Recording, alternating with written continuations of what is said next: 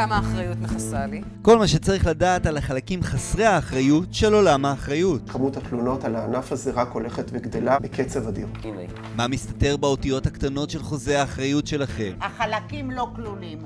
על הכל אני צריכה לשלם הון תועפות. זה ביטוח שהם יודעים מראש שהם לא יבואו ויתקנו. מי האנשים שנשלחים לתקן את המוצרים שמתקלקלים? בא טכנאי לבית, ודבר ראשון הולך למכור. הוא מתגלח על הלקוחות בעצם. נכון.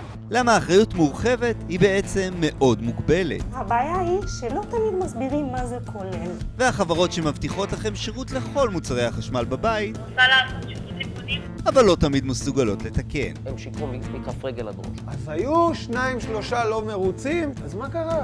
הפער הבלתי נסבל שבין ההבטחות זה לא משנה לך איזה טלוויזיה?